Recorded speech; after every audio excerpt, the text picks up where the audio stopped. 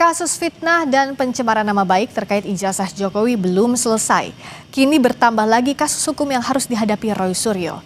Egy Sujana dan Damai Harilubis juga mempolisikan Roy Suryo dan salah satu pengacaranya. Kita bahas kasus hukum yang dihadapi Roy Suryo ini bersama kuasa hukum Roy Suryo CS, Abdul Ghafur Sangaji, juga pihak yang melaporkan Roy Suryo dan Ahmad Hosinuddin atas dugaan pencemaran nama baik, ada Damai Harilubis, serta Ketua Rampai Nusantara Mardian Syah Semar.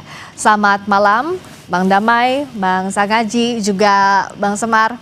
Selamat malam Mbak Priska. Malam. Bang Damai. Terima Mas kasih. Semar, selamat malam. Selamat malam. Oke, mari kita mulai perbincangan kita dari Bang Damai dulu. Jadi kenapa sih harus sampai melaporkan mantan kawan? Ini kan sempat satu jalur perjuangan. Nah, sekarang kenapa dilaporkan? Kenapa perlu harus dilaporkan ke polisi? Jadi begini, kebetulan kawan kita itu menyatakan jelas-jelas bahwa pemanggilan terhadap teman-teman saya TPWA tersebut pada hari Kamis yang lalu, dia menyatakan karena kedatangan saya ke sana dan Egy, ya tentunya kita keberatan, ya kan? Nah, artinya kan berarti kita apa mungkin bisa nyetir penyidik, ya kan? Ngedrive penyidik sedemikian rupa. Saya rasa penyidik itu kan sudah memang fungsi tugasnya, apalagi sudah ada ketetapan tersangka. Ya. Tentu dia punya jadwal.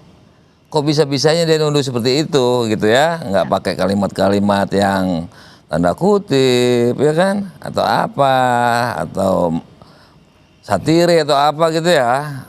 Dia enggak, langsung ini akibat daripada kedatangan, ya kan, itu kan image publik buruk sama kita, padahal kita kan gunakan itu fasilitas KUHP, ya kan, melepaskan diri daripada status tersangka dengan kronologis awal ya. Nah, itu kan sebetulnya kan tidak niat awalnya seperti itu. Hanya Bang Egy pengen berobat ya. Tapi yang pertamanya harus kronologis ini ya kan. Dia dihujat kawan-kawannya. Tidak ikut ke Solo padahal ada pemanggilan Mabes bertepatan dengan hari itu. Kedua, kepingin nasihati. Datanglah syarat dari saya. Jangan minta maaf dan tidak dipublis. Ini kronologis yang tahu kita. Dan sama-sama mengakui, kesepakat jadi kan. Nah ternyata di sana kan kayak seperti ada peluang akrab. Ya jadi cair, otomatis ya kan, otomatis ibarat orang dikasih kesempatan kan jadi nambah peluang tersebut. Bukan hanya keinginan berobat, ya pasti puncaknya TSK kepingin SP3. Jadi itu mengalir pada hari itu. Jadi nggak berencana. Nah tapi yang kalaupun benar, ya karena memang ada KUHP mengatur itu SP3 ya kan. Nah, dikasih syarat lagi ya, paling enggak kan harusnya ketemu di tengah. Apa ini ngatur-ngatur kita? Oke. Ketemu di tengah, ketemu di tengah. Tapi Bang Damai waktu merasa tersinggung dan butuh melaporkan ke polisi, itu sempat komunikasi nggak dengan Bang Roy Suryo CS, mantan kawan? Oke, terima kasih Mbak Priska ya. Jadi memang tidak pernah ada komunikasi sebelumnya. Tiba-tiba kami tahu bahwa Bang Damai kemudian Bang Egy sudah membuka LP di Polda. Jadi kami tahu juga dari media, kaget juga kami gitu loh Mbak Priska. Padahal ini kan sama-sama teman seperjuangan ini kan. Dahulu sama-sama membersamai gerakan untuk membongkar dugaan ijazah palsu Presiden Jokowi. Tiba-tiba begitu sudah 8 tersangka, 2 tersangka mendapatkan SP3, kemudian berhenti kasusnya, malah dilakukan laporan ke Polda Metro Jaya gitu. Kaget juga sebenarnya Mbak Priska gitu. Tapi gini Mbak Priska, saya ingin memberikan satu catatan bahwa LP yang disampaikan Bang DHL dan ES sebetulnya secara hukum ya mereka punya hak untuk menyampaikan laporan ke polisi gitu, dan bukan hanya mereka, setiap warga negara kan memang kepentingan hukumnya dilindungi. Hanya persoalannya adalah apakah materi yang dijadikan sebagai dasar LP itu tepat nggak secara hukum? Karena ada latar belakangnya gini Mbak.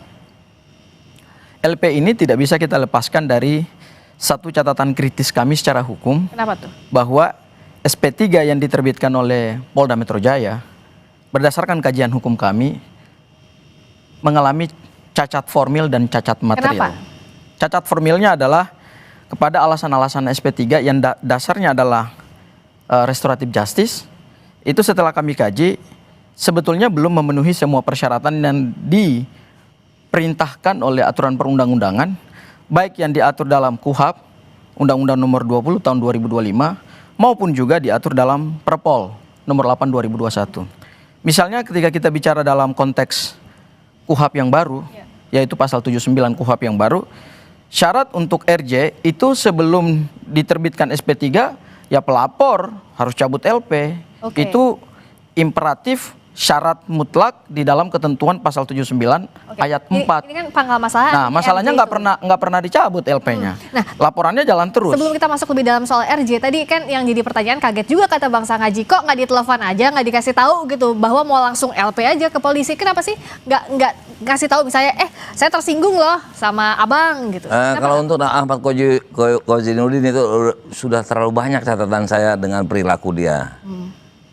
Paling puncak itu, karena kita sedang dalam posisi ya seperti publik ya memandangnya. Padahal itu kan kita kan punya misi-misi tertentu, ya kan, dan punya alasan hukum. Saya tidak terlapor, saya dapat kuasa dari Roy semua, Egy, dan saya terbukti. Saya pernah dampingi Kurnia. Kalau saya terlapor pada saat itu, tentunya saya diusir sama penyidik. Penyidik punya hak. Oke. Saya belum dilapor kode etik, sementara saya soal etik saya paham. Saya pernah menjadi sekretaris Dewan Kode Etik. Saya pernah menjadi anggota Dewan Kehormatan, sekretaris jabatan saya. Saya biasa membuat surat putusan atas pengaduan-pengaduan antara mereka yang saling bertikai. Oke. Nah, Kalau ke itu Bang Roy semua. gimana? Kalau Bang Kosinudin banyak catatannya, kalau ke Bang Roy gimana? Kan pernah berjuang. Kalau Bang Roy itu kan saya tidak melapor. Karena saya biasa menulis itu berbau majas, bahkan majas satire, sorry. Sama kan ya. Bahkan saya sarkastik. Tapi LP itu Bang Roy juga ditulis di Nah, kalau menurut maaf ya, mungkin keterbatasan publik atau ada sengaja orang-orang yang membawa framing mengarah kepada yang jin ifrit, tuyul, Oke, gitu kan. oke. Kalau saya kan nggak masalah, saya nggak lapor. Tadi saya bilang, saya biasa nulis sarkastik. Oke. Ya kan? Tapi yang dilaporkan itu Ahmad Kosinudin dan Roy Suryo atau Ahmad Bang Kosinudin? Egy melaporkan Ahmad Kozinudin Aha. dengan Roy Suryo. Oke, Cuma dua di berarti. framing seolah-olah kan hanya masalah tuyul. Nah, Oke. itu kan kepribadian Bang Egy saya nggak tahu. Cuma ya seolah-olah kan Mas Suryo juga bilang itu, ini kan begini. Oke, tapi masalahnya sebenarnya kasusnya tersinggung karena dianggap kawan-kawan yang dipanggil itu karena Bang Damai mempengaruhi penyidik, begitu ya awal ketersinggungannya. Saya dengan Koji. Iya. Nah, ini kan terpisah nih. Tadi oke. kan Roy Suryo. Iya, Roy Suryo. Saya tidak pelapor Roy Suryo. Oh, oke. Nah, Bang Egy seolah itu Bang Egy. Oh, Bang Egy yang dua laporin. orang, Ahmad Ya. Koji dengan Roy Suryo. Ya, dua yang ya. laporin. Kalau saya cuma Ahmad Koji. Oke. Alasannya karena dua orang itu datang ke Solo, sebut nama saya lagi ya langsung ya. Oke. Itulah, ya kan? Ya. Makanya mereka dipanggil. Oh, oke. Gitu ya. Oke. Nah, saya mau tanya dulu ke Bang Semar karena kan awalnya ini dua orang yang ada di studio ini kan satu jalur begitu soal kasus ijazah Jokowi, sekarang pisah. Nah, kalau banyak juga yang bertanya apa ini strategi tanda kutip pecah belah memang kubu yang sudah jadi tersangka yang menuding ijazah Pak Jokowi palsu. Begitu nggak sih Mas Semar? Bang Semar? Yang pasti ya nggak juga begitu ya, karena memang terlihat dari awal klaster 1 maupun klaster 2 kan hawanya agak berbeda itu, terutama Bang Egy sama Bang Damai itu jauh lebih rasional ketika Roy Suryo dan kawan-kawan yang lain itu sepertinya sudah cukup liar ya memainkan isu ijazah palsu ini, yang titik temunya akhirnya malah membuat gaduh di area publik. Nah, saya ingin merespon begini, sebenarnya itu memang haknya Bang Damai Hari Lubis dan Bang Egy ya untuk melaporkan siapapun, termasuk Ahmad Kozinudin sama Roy Suryo. Tapi kalau kita ingat lagi, sebelum SP3 maupun RJ itu dilakukan, penyidik Polda Metro Jaya itu sempat merilis loh, menyampaikan bahwa dalam bulan Januari ini sudah diagendakan pemeriksaan para tersangka di klaster satu. Oke. Jadi kalau sekarang itu dilakukan, sebenarnya bisa dipastikan memang itu sudah teragendakan, bukan karena Bang Hari Lubis dan juga Bang Egy, itu sudah clear. Nah, bahwa itu akhirnya membuat ketersinggungan, kita juga menghargai hak-haknya. Bukan berarti juga kita ya yang ada di pihak Pak Jokowi senang juga dengan situasi ini. Sebenarnya tidak senang, Mbak. Kenapa Kita nggak itu senang? begini, kita itu pengennya semua kan baik-baik saja. Kalaupun memang akhirnya Roy Suryo, Rismon, Tifa itu masih bersikeras untuk membuktikan soal dugaannya, ya mari kita bertarung di proses peradilan, kan begitu ya. Oke. Nah, ini yang menurut saya jauh lebih fair dibandingkan membangun narasi-narasi atau membuat satir-satir terhadap siapapun, termasuk terhadap kawan yang dulunya seperjuangan, Bang Egy dan Bang Hari Lubis gitu loh. Itu yang menurut saya itu nggak fair lah. Oh, kalau Bang Sang Aji Nggak melihatnya jelas. ada apa sih Bang Sang Aji? Dari laporan yang sekarang kan akhirnya dilayangkan oleh Bang Damai dan juga Bang Egy, ada apa? Apakah ini terkait dengan RJ, setelah ada RJ, atau ada kaitannya atau tidak? Oh iya, ini tentu saya sampaikan bahwa ini sebetulnya kritik hukum yang satir sebetulnya. Kenapa? Maksudnya gimana? Kritik hukum yang satir itu artinya adalah satu bentuk kritik publik yang diwakili oleh juga para tersangka maupun juga oleh para kuasa hukum. Ingat, mereka itu juga adalah warga negara. Ketika kita melihat ada satu proses penegakan hukum yang tidak due process of law, artinya penerapan-penerapan hukum yang menjadi dasar dari keluar SP3 kemudian restoratif justice ini kemudian menabrak hukum acara pidana kita, ya tentu siapapun orangnya, apalagi yang paham hukum, dengan keluarnya KUHP yang baru, advokat adalah bagian dari aparat penegak hukum, ya kita boleh dong menyampaikan kritik publik. Bahwa itu kemudian mengandung satir hukum, ya itu adalah bagian dari interpretasi dan cara menyampaikan kritik gitu. Saya ingin menegaskan begini, bahwa kemudian Bang Kozi mengatakan bahwa ada pemanggilan kemudian melahirkan ada silaturahmi ke Solo kemudian melahirkan pemanggilan kepada para tersangka, saya kira itu sah-sah saja. Kenapa sah-sah saja? Karena mohon maaf, ini pada saat kami gelar perkara khusus, ini Bang Damai kan di sesi pertama itu sebelum berakhir itu kan sudah keluar ya. Kemudian Bang Semar juga nggak ikut gelar perkara khusus. Ada kesepakatan yang menurut kami ini dilanggar oleh penyidik Polda Metro Jaya. Yaitu kesepakatannya adalah sebelum berkas limpah kepada jaksa peneliti untuk kemudian diteliti berdasarkan P19, itu penyidik akan memberikan prioritas kepada tersangka dan kuasa hukum untuk menghadirkan saksi meringankan atau saksi ade charge dan ahli yang menguntungkan. Pada praktiknya? Pada prakteknya kan nggak sesuai. Begitu ada pertemuan di Solo, kemudian keluar SP3 yang dasarnya adalah restoratif justice, maka kemudian jadwal penegakan hukum diubah sendiri oleh penyidik Polda Metro Jaya.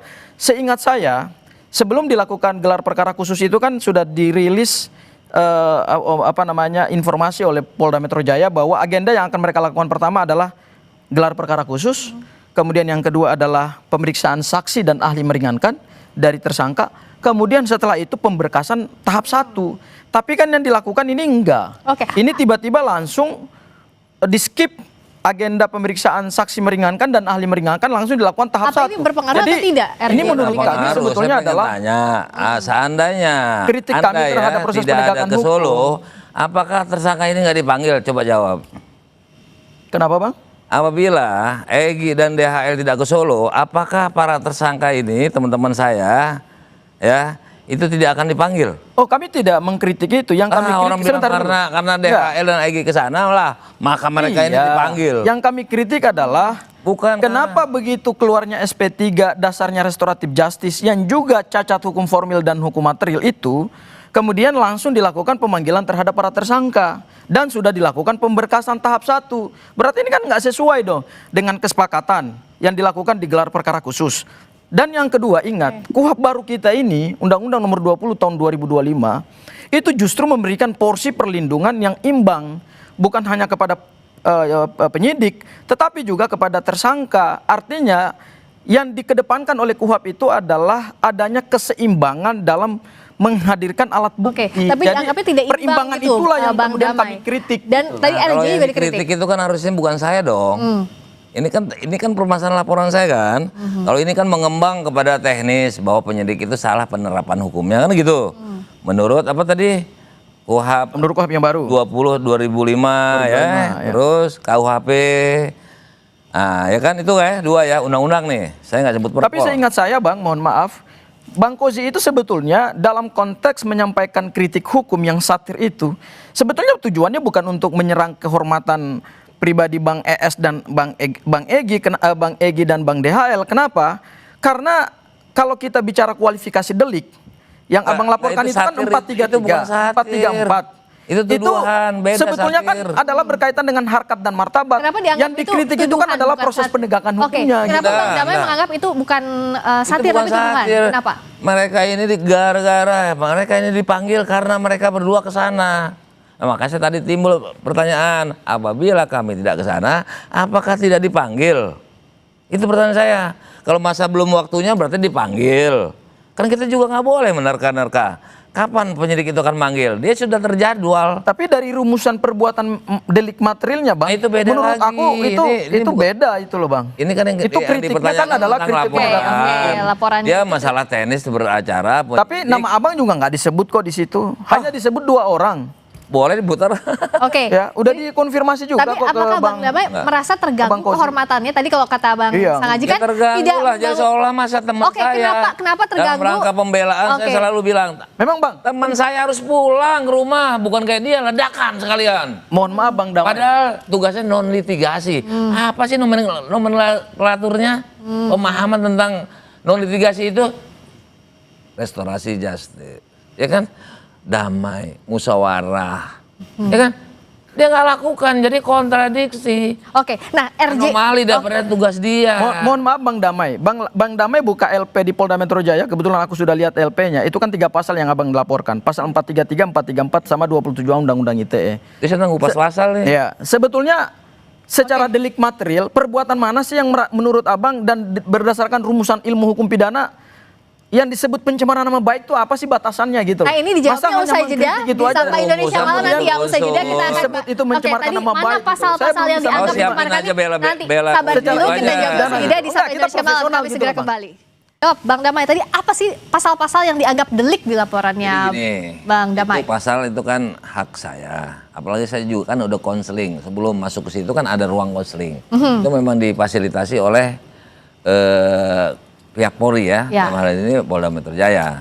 Jadi kalau beliau bilang nggak tepat, ya sudah nanti mudah-mudahan benar. Nanti kan bisa di drop pasal itu. Dan kan bukan pencemaran aja, ada fitnah, ada yang lainnya saya nggak usah sebutkan ya. Kenapa nggak boleh disebutin? Pasal yang nggak boleh disebutin tuh pasal apa? Maksudnya nanti dia banyak tahu. Emang belum dikasih tahu ke Hah? Jadi bilang ke Bang cuma Rudi? 2 pasal pada 3, bahkan 5. Apa aja tuh? Jadi informasi kurang, nggak tahu difokusnya kemana. Enggak Bang, aku tahu pasalnya. Nah, jadi kan itu artinya kalau nggak kena pun nggak apa-apa. Oke, fitnah pencemaran nama baik, terus apa lagi? ITE. Hasut. Hasut. Kan akhirnya ke fitnah. Ya kan iya kan? Nah, sekarang permasalahannya gini, kalaupun mau mengkritik kan bukan saya selaku pemohon yang punya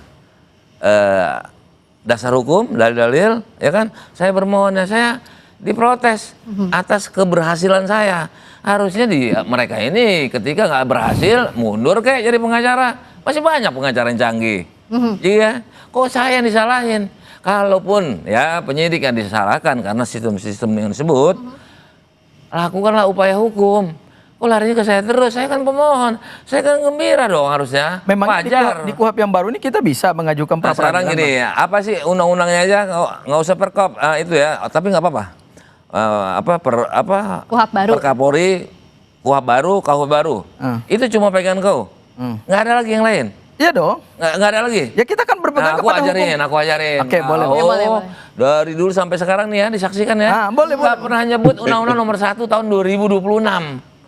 Itu peralihan.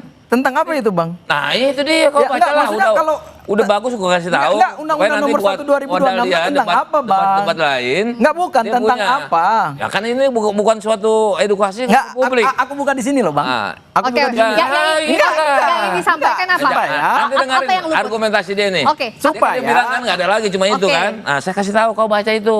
Apa? Nanya, sekarang lagi nyari nih. Oke. Jangan bilang besok dia tahu. Bang Damai, maksudnya apa dari Itu undang-undang peralihan pengaturan, oke. perubahan. Padahal dia suka ngomong, tapi dia nggak tahu ada di mana. Nah, Yaitu, gini, Bang. Apa yang beda? transitoir. Gini. Kalau saya nggak pakai istilah transitoir, Gini. tapi Yang peralihan. Lex Oke. Favoris. Sini. Oke.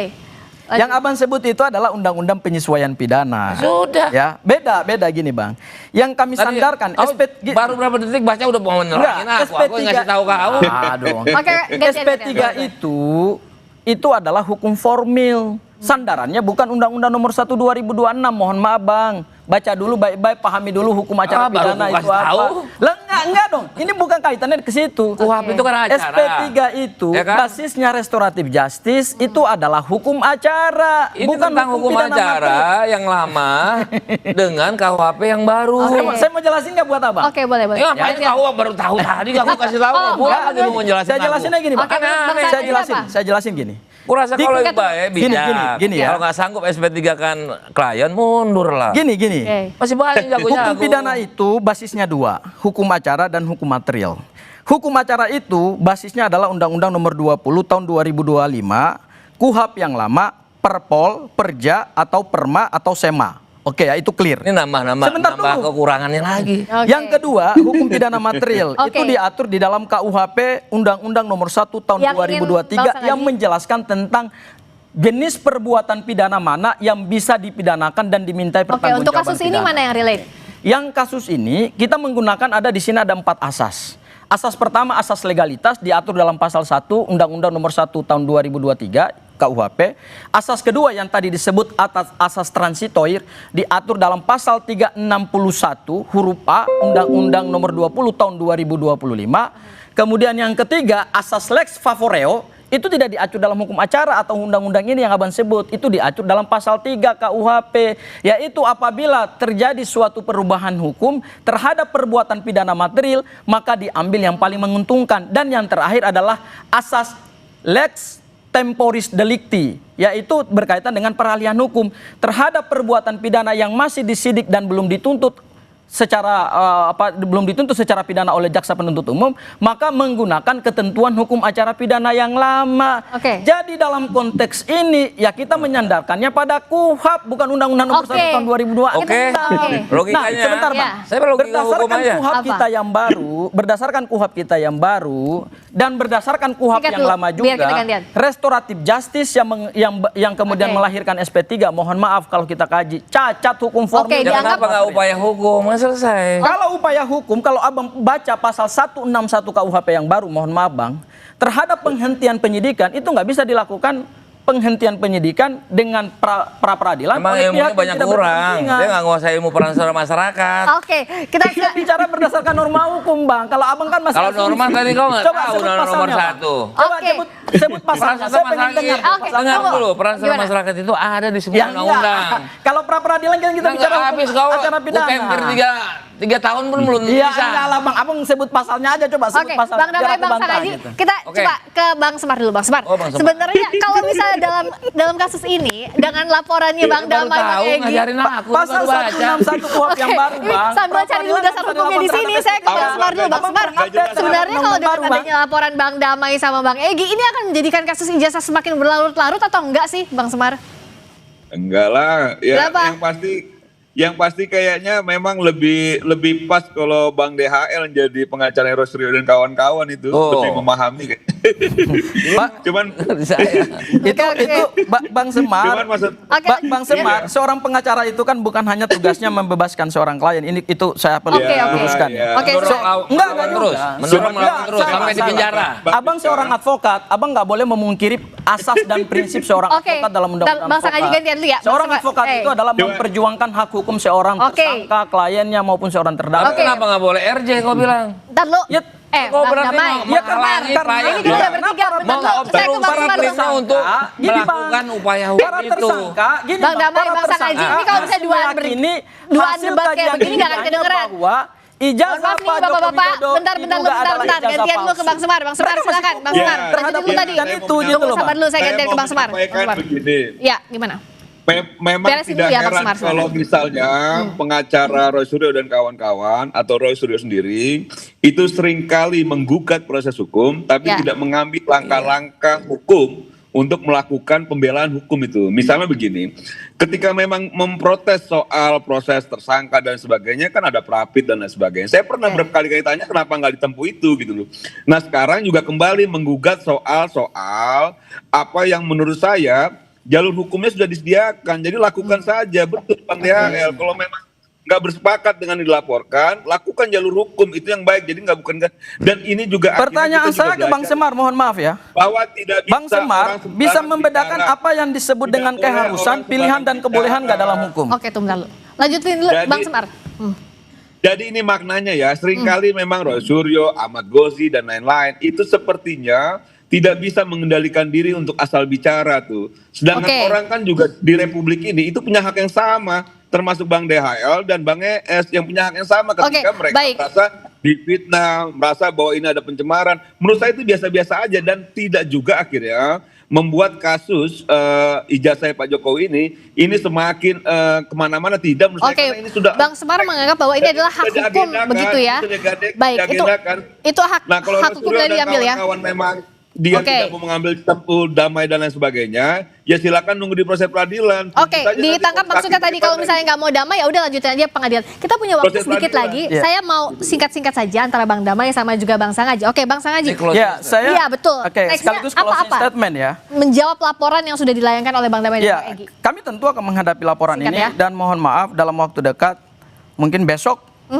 akan dilakukan juga laporan balik. Laporan balik terhadap Wallahualam terhadap siapa itu haknya Mas Ghozi, Bang Ghozi dengan Mas Roy. dua-duanya ya? Dua-duanya akan Bang- melakukan upaya hukum balik. Oke. Ya, itu yang pertama. Kemudian yang kedua, saya ingin memberikan catatan buat Bang Semar Singkat ya. bahwa langkah hukum itu adalah opsional. Pra peradilan itu bukan kewajiban, itu hak. Kalau Oke, kita baik. bicara hak, kemudian nanti dikaji dan diukur sejauh Ya, mana. betul. Tapi Sebentar kalau dulu, hak- Oke, Bang. oke, oke. Makanya Ini udah kalau habis. menggugat Lanjut prosesnya Bang itu nggak- Kwasin. itu Oke. nggak logik Udah itu. Enggak lah, udah di abang, Oke, Bang abang Semar saya tadi bicara, abang diberikan mau potong. Oke, singkat-singkat. Kalau Bang kita Sangaji, bicara hak waktu kita habis. hukum, penggunaan instrumen untuk kemudian menegakkan hak hukum seseorang itu tergantung sejauh mana seseorang itu memandang penting Oke, atau tidak opsional. penting Jadi bagi. Itu bisa digunakan atau opsional. tidak? Oke. Secara hukum Oke. itu bukan Oke, imperatif, Oke, itu jawab bukan ya. imperatif, Akan itu dilaporkan balik fakultas. singkat, Bang Damai. Ini masih gimana ya? Udah saya sampaikan bahwa dalam pidana itu ada Oke. pidana formal material. Oke, singkat aja. Ya, Oke. material itu pasal. Ya, oke. Harusnya hukum acara ini. Dia udah bilang kan saya nggak sah. Harusnya lakukan langkah hukum. Kalau nggak Oke. ada ngapain buang Oke. energi? Nah, sekarang akan Kedua, dilaporkan balik udah terus material gimana? lagi. Berarti kau udah siap Gini, lagi. Bang, Pasal gini, itu Bang. ditunjukkan Abang harus pada memahami. Ahmad Ghozi. Oke. Abang harus Ya, memahami. Tapi dilaporkan Oke. balik siap. Ini- Bang Damai dilaporkan balik katanya Ya, akan siap. siap lah. Oke. Abang harus memahami bahwa ini adalah kritik publik demi perbaikan penegakan hukum ke depan. Oke. Bukan berarti sesuatu produk hukum negara yang dipersoalkan itu kemudian itu menjadi tidak urgen gitu. Itu urgen. Oke. Ini penegakan Nah, sekarang hukum kan loh. memang Ini antara KUHP dan KUHP Bang baru Sangaji, loh. Bang Jadi ketika Damai ini kan dipertanyakan menurut ada- saya itu sah secara Oke, hukum. sekarang kan Itu yang bagian akan dari kontrol dilakukan adalah publik. melakukan upaya hukum masing-masing. Bang Damai dengan laporannya, Bang Sangaji dan Roy Suryo. Rencananya besok ya, rencananya Oke, besok. rencananya besok akan laporkan balik. Kita akan lihat sejauh mana proses ini akan berlanjut episode baru Ya. dari kasus ijazah Jokowi. Terima kasih Bang Semar, terima kasih Bang Damai, terima Oke. kasih Bang Terima kasih. Sangaji. Malam, Sampai Bang ketemu Semar. lagi.